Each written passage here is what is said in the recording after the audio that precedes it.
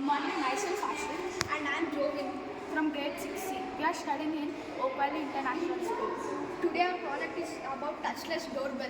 Components required for this project are Arduino Uno with a USB cable, ultrasonic sensor, jumper wires, buzzer and a battery with clip. Nowadays touching is becoming a problem. When the person touches the doorbell viruses will be transferred from one person to another. For reducing this problem, we are doing this project. In this project, I am using an ultrasonic sensor which is able to detect anything or any person near it. I am connecting the ultrasonic sensor connected with a buzzer and placed in front of a door, and whenever the person comes near to the ultrasonic sensor detects the person and sends commands to the Arduino. And then the Arduino sends the commands to the buzzer and makes the doorbell ring. Thank you. Have a nice day.